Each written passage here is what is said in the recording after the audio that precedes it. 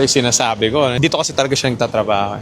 Sir, excuse me, question for you. Paano po tayo yumaman? Bilis. Kahit lang. Bali, experiment ng mga businesses. So marami po tayong businesses, sir. Maraming dumanab negosyo hanggang makakita ng talagang business na kumita. Sir, kayo po ba si Big Boy Cheng? Ako yun. Sir, nag-i-interview po kami ng mga successful people for the younger generation. Baka pwede po kayo ma-interview sandali lang dito sa channel na. Pwede.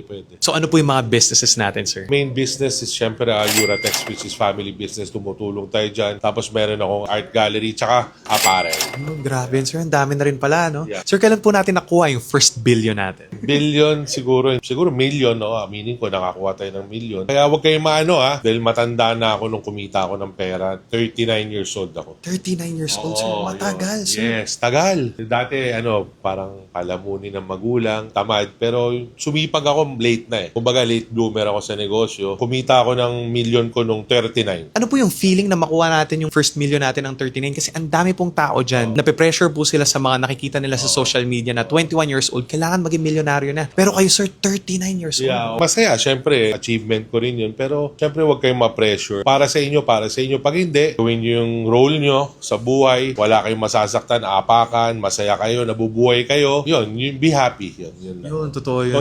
Contentment. Sir. And doon na dadating yung success, di ba? Dadating naman siya eventually, Darating di ba? din yan, no? Darating. Pero sir, ang dami po nating mga businesses, no? Dumating na ba sa time na naloko or bumagsak yung businesses natin? Dami na. Sobra, kaya nga nanay ko nagagalit sa akin. Dahil maraming beses na talaga ako nag-fail. Kawawa mga nag-fail na talagang syempre nasasagad. Yung awa ng Diyos, yung binigyan ako ng chance ng magulang ko na isa pang chance. Pero yung kailangan yung kumayod talaga. Ano po yung pinaka natutunan natin doon sa mga bumagsak na businesses na yun? Practical na tayo. Kung kaya nyo magsarili kayo, huwag kayo magsosyo. Maliit na puhunan kailangan, huwag kayo sosobra. Pag-aralan nyo yung negosyo ng 100 times bago nyo pasukin. 50-50 talaga yan. Sige nga sir, tanong ko lang po, bakit nyo po pinili na magsolo sa mga businesses Kasi natin? ako, nasa experience ko, ang dami ko nakitang kaibigan ko na nagkalokohan, matalik na kaibigan na nag-away. Hindi ko na-experience yun eh. From there, I took the lesson. Kung pwede lang, iwasan yung magsosyo, lalo na pagkaibigan mo o kamag-anak. Mahirap pag nag-away, hindi na mababati eh. Pera yan eh. Pero talaga nagpapahiwalay sa relationship ng mga tao.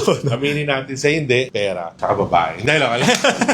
Oy, loko lang ha. Pero sir, may iba lang po tayo. Sobrang successful nyo na po. Ang dami nyo na pong businesses. Pero tanong ko lang po, do you believe in God? Of course, believe in respect. Pero ano po yung nagpatunay or na-experience nyo na nandyan po ang Panginoon sa inyo? Marami na. Katulad yung nga yung nag-less nga ako sa Bicol, 2 beses ako nakatulog sa kalye. Imposible walang gumising sa akin noon. Tapos sa pagdating ko sa Naga, Peña Francia, which is meron silang si Inang doon. Feeling ko siya yung lumigtas sa akin. Grabe yun sir, no? Sobrang powerful doon. No? Sa specific na lugar pa na pinakita no, yung miracle niya. Naniniwala po ba tayo sa overnight success? Meron eh. Meron. Swerte. Swertihan lang talaga. Naniniwala ako, after nun, kailangan mo rin kumayod. Or kakayod ka, sabay may success. Depende. Swertihan lang talaga. Pero tanong ko lang sir, dito po sa bansa natin, ang dami pong nabubuhay ng cut-off to cut-off, no? Ano po kaya yung dahilan kung bakit madalas po dito sa bansa natin nagiging broke? Nasa tao yun eh. Kailangan wag ka sosobra sa kinikita mo. Madalas ganun nakikita ko. Di masipag. Sa experience ko, yung mga tao ko, okay naman lahat. Sa trabaho sila maigi. Nasa tao talaga. Nakakampante sila ganun. Siguro, nabibisyo, nasosobra ng gastos konti. Or, ewan ko, pwede ko ba sabihin ito, minsan talagang malas. Malas sa negosyo, o malas sa trabaho, o maraming pinapakain. Isa rin yun sa dinadala ng mga Pilipino, no? Inuunang pamilya talaga, no? Okay yun, which is good. Pero, minsan nasosobra. May pamilya, ayan yung mga kamag-anak, ayan na lahat. Parang Bungangkan na. minsan nga, pag may yumaman na katulad natin, lagi ko sinasabi, nako, may mga hindi ka kamag-anak, magiging kamag-anak mo pa, parang ganun. Ingat. Pero sir, tanong ko lang po, despite of having a lot of money, paano po natin nakikip yung sarili natin as humble? Kasi kita-kita po namin sa social media or sa kahit sa personal po, parang humble lang po tayo. Wala, just be natural. Kasi mga iba nakikita ko pinipilit. Isipin mo nga, wala kang masasaktan, wala kang maaapakan. Tsaka tumulong ka lagi sa nararapat tulungan. Pero at some point, hindi ba tayo nabulag ng kahit kailan pagdating sa pera? May panahon ng pagkabata, syempre, minsan may mga pagkakamali ka. Pero you learn from